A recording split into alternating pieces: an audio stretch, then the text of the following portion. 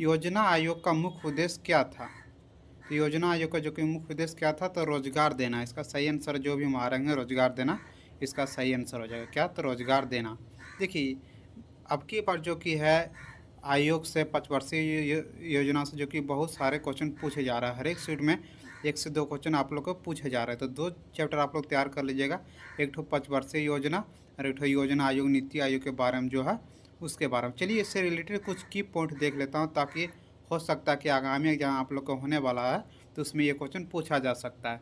सबसे पहला है, योजना आयोग की स्थापना 15 मार्च 1950 को की गई थी। देखिए यहाँ से क्वेश्चन बन गया, पूछ सकता है कि योजना आयोग का गठन कब किया गया था, तो 15 मार्च 1950 को किया गया था। जिसके अध्यक्ष कौन थे, तो प्रधानमंत्री जवाहरलाल नेहरू थे। देखिए यहाँ से क्वेश्चन पूछेगा कि जिस समय जो कि योजना आयोग का अध्यक्ष किया गया था, स्थापना किया गया था, उस समय अध्यक्ष कौन थे इसका, तो जवाहरलाल नेहरू थे। चलिए इसका नेक्स्ट की पॉइंट है, योजना आयोग का अध्यक्ष प्रधानमंत्री होता है। यदि पूछ देगा कि योजना आयोग के अध्यक्ष कौन होते हैं, तो प्रधानमंत्री होते हैं। वो पूछेगा वर्तमान में योजना आयोग के अध्यक्ष कौन है, तो नरेंद्र मोदी। आप लोग जानते हैं कि जब प्रधानमंत्री इसका अध्यक्ष होता है तो वर्तमान में कौन प्रधानमंत्री है, तो नरेंद्र मोदी है। इसका सही आंसर हो जाएगा नरेंद्र मोदी। चलिए इसका नेक्स्ट है, योजना आयोग के जगह अब नीति आयोग का गठन किया गया 2015 में। देखिए ये भी क्वेश्चन बहुत बार एग्जाम पूछा गया। हो सकता है आगामी एग्जाम आप लोग के जो जीडी का एग्जाम होने वाला है उसमें ये क्वेश्चन पूछा जा सकता है कि योजना आयोग की जगह अब कौन सा आयोग लाया गया, तो नीति आयोग लाया गया। और कब, तो 2015 में इसका गठन किया गया था, याद रखिएगा। योजना आयोग का मुख्य उद्देश्य क्या था, तो योजना आयोग का जो कि मुख्य उद्देश्य क्या था, तो रोजगार देना। इसका सही आंसर जो भी मारेंगे रोजगार देना, इसका सही आंसर हो जाएगा क्या, तो रोजगार देना। देखिए अब की बार जो कि है आयोग से 5 वर्षीय योजना से जो कि बहुत सारे क्वेश्चन पूछे जा रहा है। हर एक सीट में 1 से 2 क्वेश्चन आप लोग को पूछे जा रहे हैं। तो 2 चैप्टर आप लोग तैयार कर लीजिएगा। एक ठो 5 वर्षीय योजना और एक ठो योजना आयोग, नीति आयोग के बारे में जो है उसके बारे में। चलिए इससे रिलेटेड कुछ की पॉइंट देख लेता हूँ, ताकि हो सकता है कि आगामी एग्जाम आप लोग को होने वाला है तो उसमें ये क्वेश्चन पूछा जा सकता है। सबसे पहला है, योजना आयोग की स्थापना 15 मार्च 1950 को की गई थी। देखिए यहाँ से क्वेश्चन बन गया, पूछ सकता है कि योजना आयोग का गठन कब किया गया था, तो 15 मार्च 1950 को किया गया था। जिसके अध्यक्ष कौन थे, तो प्रधानमंत्री जवाहरलाल नेहरू थे। देखिए यहाँ से क्वेश्चन पूछेगा कि जिस समय जो कि योजना आयोग का अध्यक्ष किया गया था, स्थापना किया गया था, उस समय अध्यक्ष कौन थे इसका, तो जवाहरलाल नेहरू थे। चलिए इसका नेक्स्ट की पॉइंट है, योजना आयोग का अध्यक्ष प्रधानमंत्री होता है। वो यदि पूछ देगा कि योजना आयोग के अध्यक्ष कौन होते हैं, तो प्रधानमंत्री होते हैं। वो पूछेगा वर्तमान में योजना आयोग के अध्यक्ष कौन है, तो नरेंद्र मोदी। आप लोग जानते हैं कि जब प्रधानमंत्री इसका अध्यक्ष होता है तो वर्तमान में कौन प्रधानमंत्री है, तो नरेंद्र मोदी है। इसका सही आंसर हो जाएगा नरेंद्र मोदी। चलिए इसका नेक्स्ट है, योजना आयोग के जगह अब नीति आयोग का गठन किया गया 2015 में। देखिए ये भी क्वेश्चन बहुत बार एग्जाम पूछा गया। हो सकता है आगामी एग्जाम आप लोग के जो जीडी का एग्जाम होने वाला है उसमें ये क्वेश्चन पूछा जा सकता है कि योजना आयोग की जगह अब कौन सा आयोग लाया गया, तो नीति आयोग लाया गया। और कब, तो 2015 में इसका गठन किया गया था, याद रखिएगा। बहुत इंपॉर्टेंट है। देखिए की पॉइंट भी आप लोग देखते जाइए, इससे क्या होगा कि आप लोग को पता चल सकेगा कि किस तरह का क्वेश्चन पूछा जा रहा है। चलिए इसको नेक्स्ट क्वेश्चन पूछा गया था आज का, कार्य करने की क्षमता को क्या कहा जाता है, तो कार्य करने की क्षमता को जो कि ऊर्जा कहा जाता है। ये क्वेश्चन देखिए बहुत इंपॉर्टेंट है। इस पर साइंस से ज़्यादा क्वेश्चन नहीं पूछ रहा है, सिर्फ 1 से 2 या किसी किसी किसी सीट में 2 से 3 क्वेश्चन पूछा जा रहा है। तो आप लोग साइंस को थोड़ा मोड़ा यदि कर लीजिएगा रिवीजन, तो आप लोग का काम हो जाएगा। चलिए इससे रिलेटेड कुछ की पॉइंट देख लेता हूँ।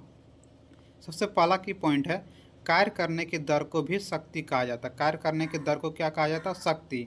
और कार्य करने की क्षमता को क्या कहा जाता है, तो ऊर्जा कहा जाता है। ये दोनों बहुत ही कंफ्यूज करता है कि दर को क्या कहते हैं और ऊर्जा को क्या करते हैं। तो आप लोग अच्छे से याद रखिएगा, हो सकता है आपकी बार दर को पूछ दे। चलिए इसका नेक्स्ट क्वेश्चन है, कार्य का सूत्र क्या होता है, तो बल गुना विस्थापन होता है। क्या होता है, आप लोग जानते हैं कि डब्ल्यू बराबर जो कि होता है क्या, एफ एस कोस थीटा जो होता है वही जो कि होता है इसका सूत्र किसका, तो कार्य का। याद रखिएगा कार्य का सूत्र क्या होता है, तो एफ एस कोस थीटा। चलिए इसका नेक्स्ट है, शक्ति का सूत्र क्या होता है, तो कार्य बटे समय। देखिए शक्ति का सूत्र क्या होता है, तो कार्य बटे जो कि समय इसका शक्ति का सूत्र होता है। और कार्य का पूछेगा तो क्या होगा, डब्ल्यू बराबर एफ एस कोस थीटा, मतलब बल गुना विस्थापन होता है। चलिए इसका अगला क्वेश्चन पूछा गया था, चीन में सबसे ज़्यादा किस धर्म के लोग रहते हैं। देखिए ये क्वेश्चन आज के एग्जाम जो कि पूछा गया कि चीन में जो कि सबसे ज़्यादा किस धर्म के लोग रहते हैं, ये जो कि बौद्ध धर्म के लोग रहते हैं। किस धर्म के लोग रहते हैं, बौद्ध धर्म के जो कि चीन में सबसे ज़्यादा धर्म के लोग रहते हैं।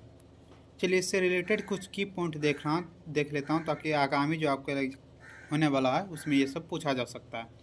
पहला है, बौद्ध धर्म चीन में सबसे बड़ा आधिकारिक रूप से मान्यता प्राप्त और सबसे प्रचलित धर्म है। देखिए, हो सकता है पूछ जाए कि सबसे प्रचलित धर्म जो कि है चीन में कौन सा है, तो बौद्ध है। उसका नेक्स्ट है, 2023 के अनुमान बताते हैं कि चीन में लगभग 470 मिलियन बौद्ध है। मतलब कितना, 470 मिलियन, जो कि लगभग बौद्ध है। या देश के 1.4 बिलियन निवासियों का लगभग 33.4%। यदि परसेंटेज में पूछेगा कि चीन में जो कि कितना परसेंट बौद्ध धर्म अपनाया गया, कितना लोग अपनाया है, तो 33.4%। यदि संख्या में पूछेगा तो कितना आ जाएगा, 470 मिलियन। चलिए इसका अगला क्वेश्चन है, रूपी नृत्य किस राज्य से संबंधित है। तो रूपी नृत्य जो कि है जम्मू कश्मीर से संबंधित है। किससे है, जम्मू कश्मीर से जो कि है रूपी नृत्य संबंधित है। देखिए, आप लोग को नृत्य भी क्वेश्चन हर एक बार जब भी जीडी का एग्जाम हुआ है तो नृत्य से जरूर क्वेश्चन पूछा गया, और इस बार क्वेश्चन भी जो कि है नृत्य से पूछे गए हैं। तो रूपी नृत्य किस राज्य से संबंधित है, तो जम्मू कश्मीर हो जाएगा। चलिए कुछ राज्य का जो कि लोक नृत्य देख लेता हूँ, जो कि बहुत ही प्रचलित है, हो सकता है आगामी एग्जाम आप लोग को पूछा जा सकता। सबसे पहला, पश्चिम बंगाल का लोक नृत्य कौन कौन सा है, तो लाठी, गंभीरा, ढाले, जतरा, छाऊ और अस्थाई डांस। देखिए, ये छाऊ बहुत और पूछा जाता है कि छाऊ जो कि किस राज्य का लोक नृत्य है, तो पश्चिम बंगाल का। आप लोग इतना याद नहीं रखिएगा, कम से कम छाऊ आप लोग याद रख लीजिए, ये क्वेश्चन पूछा जा सकता है। चलिए इसका नेक्स्ट है, पंजाब। पंजाब में कौन कौन सा लोक नृत्य प्रसिद्ध है, तो भांगड़ा, गिद्धा, दपक, धमाल और टंकरा। इसमें भांगड़ा याद रखिएगा, भांगड़ा जो कि बहुत और पूछा जाता है कि पंजाब का लोक नृत्य कौन सा है, तो भांगड़ा। चलिए इसका नेक्स्ट राज्य है राजस्थान। राजस्थान में कौन कौन सा, तो घूमर, गन्ना गौर, झूलन लीला और कोलबलिया और छारी। देखिए छारी बहुत और पूछा जाता है कि राजस्थान का लोक नृत्य कौन सा है, तो छारी। देखिए सब इंपॉर्टेंट है, लेकिन अभी के समय में क्या है कि समय बहुत कम है। यदि आप लोग का 20 तारीख 23 तारीख का एग्जाम है, तब आप लोग के पास कितना है, लगभग 15 से 16 दिन बचा हुआ। तो इसमें आप लोग अच्छे से कर लीजिएगा लोक नृत्य, जो भी इंपॉर्टेंट है। चलिए इसका नेक्स्ट राज्य है तमिलनाडु। तमिलनाडु कौन कौन सा है, तो भारतनाट्यम है, कुमी है, कोल्टम है, कवाड़ी है और अट्टम है। इसमें को जो कि है भारतनाट्यम आप लोग याद रखिएगा, तमिलनाडु को जो कि है ये बहुत ही प्रचलित है। उसका नेक्स्ट है उत्तराखंड। उत्तराखंड कौन कौन सा, तो चेपली है, गढ़ा बाली है, कुमायूं यानी है, कजरी है, झोरा है और सलीसा। ये सब जो कि उत्तराखंड का लोक नृत्य प्रसिद्ध है। उसका नेक्स्ट है हरियाणा। हरियाणा कौन कौन सा है, तो झूमर है, फाग नृत्य है, केप है, धमाल है, लूर है, ये सब जो कि गागोर है, ये सब हरियाणा का लोक नृत्य है।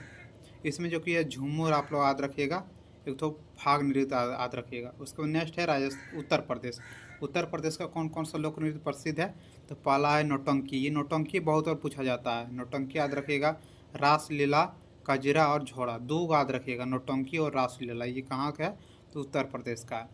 चलिए उसका नेक्स्ट क्वेश्चन आज का पूछा गया था, चपचार कुट त्यौहार भारत के किस राज्य में मनाया जाता है। तो चपचार कुट त्यौहार जो कि भारत के मिजोरम में मनाया जाता है। कहाँ मनाया जाता है, मिजोरम में। याद रखिएगा, मिजोरम में जो कि भारत का क्या माना जाता है, चुपचाप कुट त्यौहार। देखिए त्यौहार से नृत्य से इस बार क्वेश्चन पूछा जा रहा है, 1 से 2 क्वेश्चन। चलिए तो इससे रिलेटेड जो कि कुछ प्रमुख त्यौहार है उसका किस राज्य में मनाया जाता है वो देख लेता हूँ। सबसे पहला है होली। होली जो कि कई राज्यों में मनाया जाता है, जैसे बिहार हो गया, यूपी हो गया, झारखंड हो गया, ये सब मध्य प्रदेश हो गया। ये सब होली का जो कि है प्रसिद्ध है। उसका नेक्स्ट है दशहरा।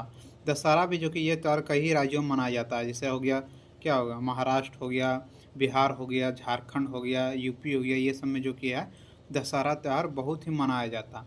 चलिए उसका नेक्स्ट है उगादि। उगादि जो कि कहाँ मनाया जाता है, तो आंध्र प्रदेश और कर्नाटक में मनाया। देखिए ये बहुत ही इंपॉर्टेंट है कि उगादि त्यौहार जो कि कहाँ मनाया जाता है, तो आंध्र प्रदेश और कर्नाटक में मनाया जाता है। उसका नेक्स्ट है बिहू।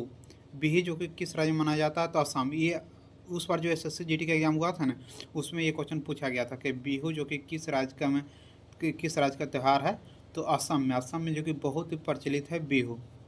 चलिए इसका नेक्स्ट है लोहरी। लोहरी जो कि किस राज्य में मनाया जाता है, तो पंजाब में जो कि मनाया जाता है। लोहरी किस राज्य में मनाया जाता है, पंजाब में।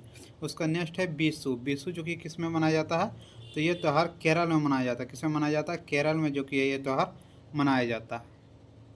चलिए उसका अगला है रथ यात्रा। रथ यात्रा जो कि किस राज्य में मनाया जाता है, तो तो ओडिशा में मनाया जाता है। किसमें? ओडिशा में जो कि रथ यात्रा मनाया जाता है। उसका नेक्स्ट है पोंगल। पोंगल जो कि किस राज्य में मनाया जाता है? तो तमिलनाडु में मनाया जाता है। किसमें? तमिलनाडु में। चलिए इसका नेक्स्ट क्वेश्चन देखता हूँ, जो नेक्स्ट क्वेश्चन जो कि आज के एग्जाम में पूछा गया। गाड़ी के हेडलाइट में किस दर्पण का प्रयोग किया जाता है? तो ये जो कि अवतल दर्पण का, आप लोग जानते हैं कि गाड़ी के हेडलाइट में किस दर्पण का प्रयोग किया जाता है? तो अवतल दर्पण का जो कि प्रयोग किया जाता है। उसका नेक्स्ट है संविधान के भाग 3 में किसका उल्लेख है? तो संविधान के भाग 3 में जो कि है मौलिक अधिकारों का उल्लेख है। किसका उल्लेख है? मौलिक अधिकारों जो कि संविधान 3 में उल्लेख है। ये सब क्वेश्चन आज के एग्जाम में जो कि पूछा गया। चलिए उसका नेक्स्ट क्वेश्चन पूछा गया था, बादल कहाँ बनते हैं? तो बादल जो कि है वायुमंडल के झोंक मंडल में बनते हैं। जो भी इसका आंसर मारेंगे झोंक मंडल में, उसका आंसर सही है। बादल कहाँ बनते हैं? तो झोंक मंडल में। उसका नेक्स्ट क्वेश्चन है थॉमस कप 2022 किसने जीता है? ये जो कि भारत जीता है। थॉमस कप 2022 किसने जीता है? तो भारत। जो भी आंसर आप लोग मार रहे होंगे भारत, उसका आंसर सही है, भारत। चलिए इसका नेक्स्ट क्वेश्चन है कौन सा पंचवर्षीय योजना पीसी महालोनिवास मॉडल पर आधारित है? तो आप लोग जानते हैं कि दूसरा पंचवर्षीय योजना। देखिए पंचवर्षीय योजना से इस पर क्वेश्चन पूछा जा रहा, तो आप लोग जितना भी पंचवर्षीय योजना आप लोग जरूर याद करके जाइएगा कि किस मॉडल पर जो कि आधारित है, इसमें दूसरा पंचवर्षीय योजना में किसका उल्लेख किया गया है। तो ये सब जो कि आप लोग करके जाइएगा। चलिए उसका नेक्स्ट क्वेश्चन है भारत में योजना आयोग का गठन का मुख्य उद्देश्य क्या था? तो रोजगार देना। आप लोग देखें कि योजना आयोग से देखिए 2 क्वेश्चन पूछ दिया है। भारत में योजना आयोग का गठन का मुख्य उद्देश्य क्या था? तो रोजगार देना था। आप लोग याद रखिएगा, रोजगार देना।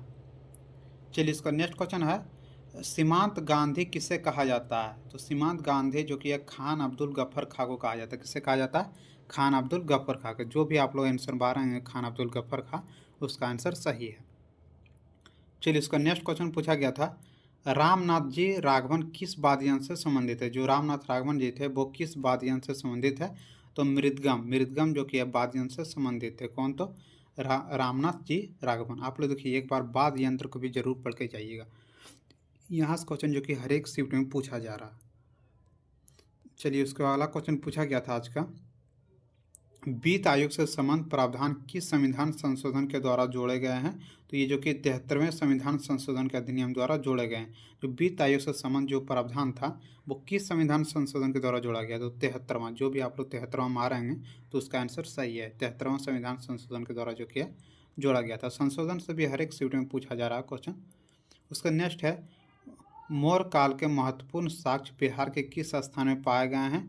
तो कुम्हरार। कुम्हरार में जो कि है मौर्य काल के बहुत ही महत्वपूर्ण साक्ष्य पाए गए हैं बिहार में।